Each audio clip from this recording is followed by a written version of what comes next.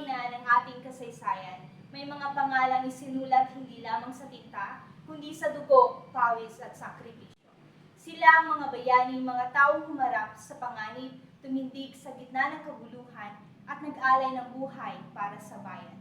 Ngunit sa likod ng mga monumento at aklat, ano nga ba ang tunay na kahulugan ng kabayanihan?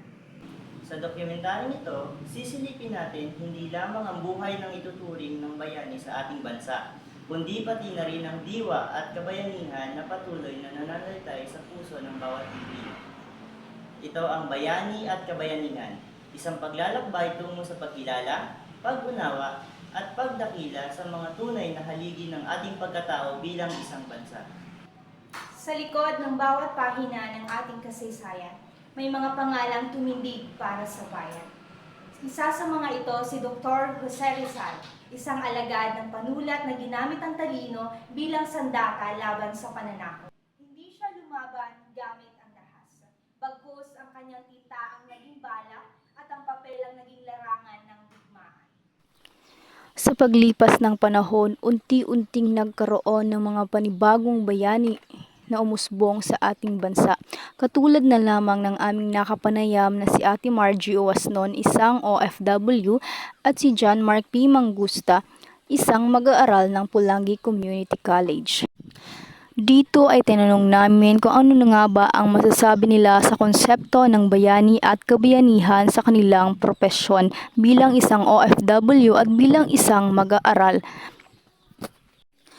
Bagaman magkakaiba sila ng sagot sa aming mga katanungan, ngunit ang diwa nito ay parehas sa kung ano ang konsepto ng bayani at kabayanihan.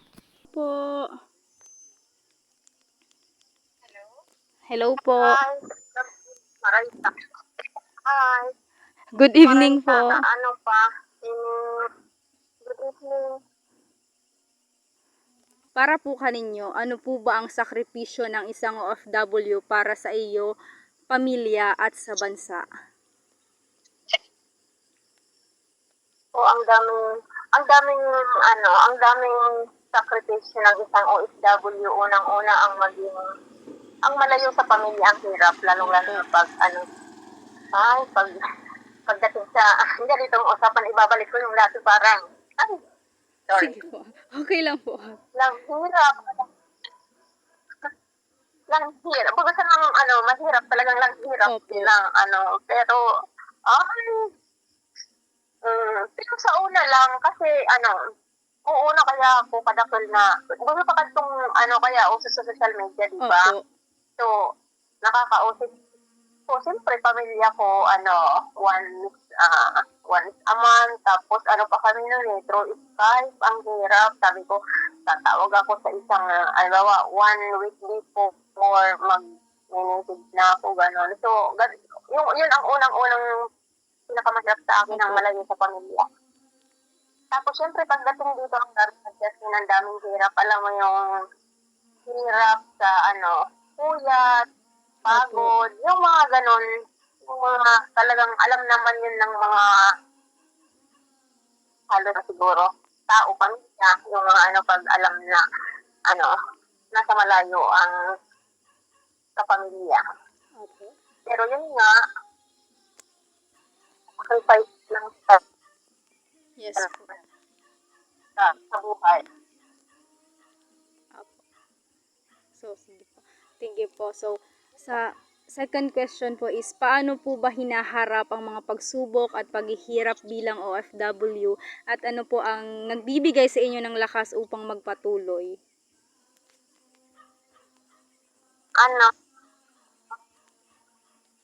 Para unang mga lungkot. Opo. Pagbago ka pa lang ng lungkot, yung maghahanap ka ng Opo. kung paano mo, halimbawa, mapadali yung trabaho, gaya yan, halimbawa, nalulungkot ka, naalala mo yung pamilya mo, so ngayon kasi madali na, syempre, mag-Facebook or tawagan mo. So that time, nung bago pa ako dito, nagiging busy ako kung anong mga ginagawa ko, kung ano-ano nilang ginagawa ko sa bahay, Opo. or para libangin ang sarili, parang ganon. Opo. Kung nung wala pang, pero ngayon kasi madali na dahil may social media na. Tapos pagka halimbawa mo. Siyempre maaalala mo yung pamilya mo, gano'n. Tapos minsan hindi ka pa makatawag, lalo na pag Opo. walang load. So, ang ginagawa ko, nag-join ng mga, yung mga organization. Opo. Gaya niyan, halimbawa sa church, kasi marami. Tapos, may mga free na, cookie, or mga languages na gano'n. So, nag-join ako sa mga organization para, yun ang isa sa mga nakaka-collect sa mga, yung, kalungkutan o kung ano man na hindi ka masaya sa buhay or what. Malaking tulong yan para sa akin sa pinagdaanan ko sa within 15 years. Saka siguro kung madali lang lampasan kung meron ka talagang goal sa buhay, may purpose Yes ka. po, Una-una opo. kasi pag nag-abroad ka, meron ka purpose kung ano yung purpose mo kung bakit ka ka lang pa. Ay, tapos ganun madali lang yun. Oh, wow, babalik ka na. Wala. Opo. So ako kasi, nagpapalak, talagang ako, ako, ang pangarap ko, hindi ko na to. Kasi ang tumupad, so parang ganun. So ang sinasabi ko sa sarili, ako, hirap ka, nakamasandam.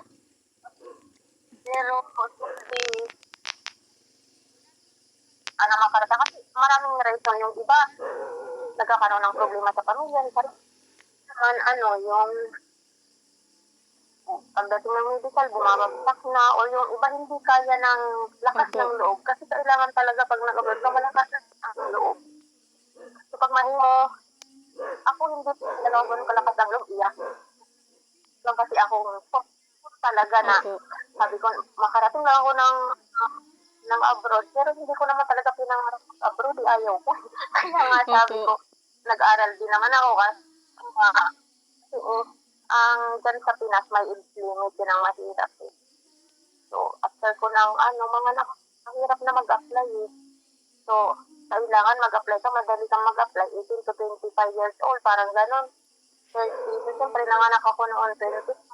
Mahirap ng, 24 ako, pero nag-apply ako after 9. So, mahirap na makahanap ng trabaho dyan sa Pinas kasi hindi ka tapos talaga, hindi ka professional, di ba?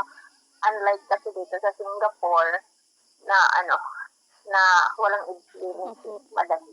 Diyan, yun ang mahirap. Kaya yun ang pag-push sa akin para mag-abroad. Kasi parang yun ang pinakamadali. And then, pagdating dito, malaki ang pera nga. Kahit mahirap, yun. Pero nakakaya basta may goal ka. Opo. Ano ka sa buhay talaga. Thank you po, ate. So, last po, sa inyo pong palagay, ano po ang papel ng kabayanihan sa pagiging OFW at paano po ito nakaka-epekto sa iyong desisyon magtrabaho sa ibang bansa?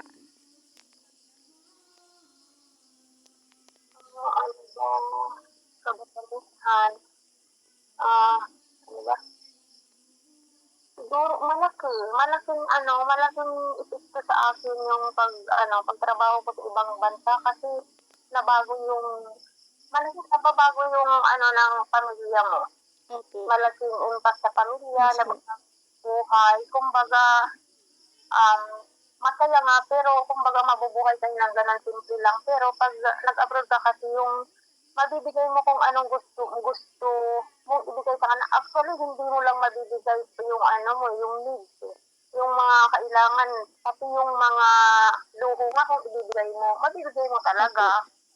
Yun lang. Tapos syempre, malaking tulong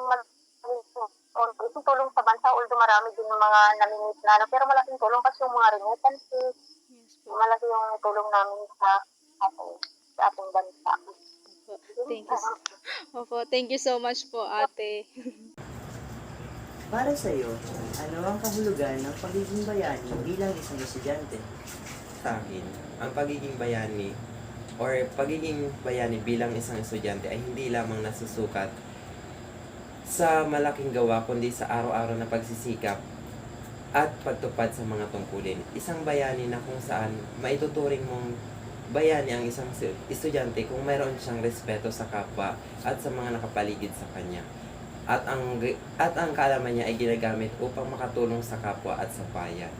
Ang pagiging matyaga, responsable at malasakit sa kapwa ay anyo ng kabayanihan ng isang estudyante. Sa tingin mo, paano mapapakita ng kabataan ngayon ang kabayanihan sa simpleng paraan, lalo na sa mga panahon ng mga pagsubok? Para sa akin, ang pagiging bayani bilang isang estudyante ay hindi lamang nasusukat sa malaking gawa, kundi sa araw-araw na pagsisikap at pagtupad sa mga tungkulin.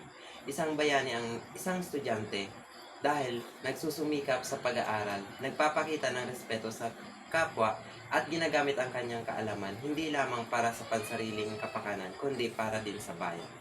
Ang pagiging matyaga at responsable ay malaking malasakit sa kapwa ay anyo rin ng isang kabayanihan ng isang estudyante.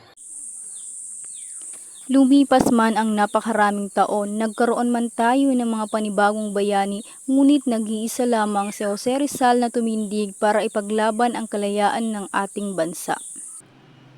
Si Rizal ay higit pa sa bayani ng kasaysayan. Siya ay gabay, inspirasyon at patunay na ang tunay na kabayanihan ay hindi nasusukat sa lakas ng bisig, kundi sa lakas ng isip at tibay ng puso. Gamit ang kanyang panulat, ipinahayag ni Rizal ang kanyang mga adhikain para sa bansa at mga reformang nais niyang matamo para sa kalayaan at kapakanan ng mga Pilipino.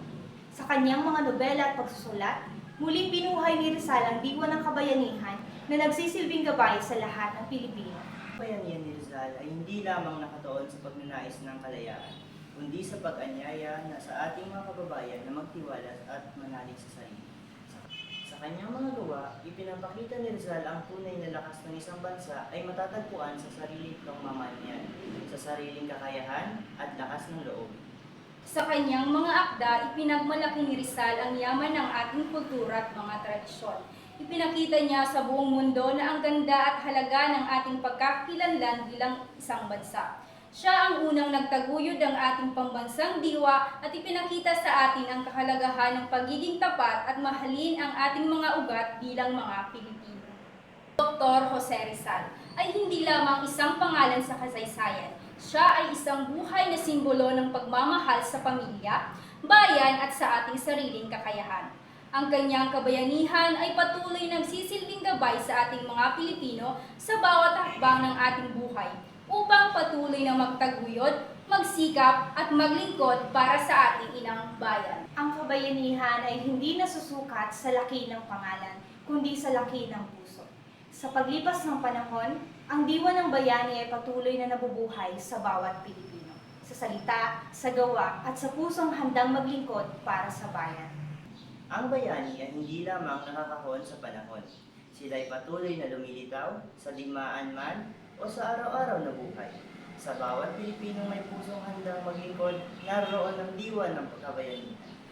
Ano ka man, sino ka man, ito ay bayani at kabayanihan.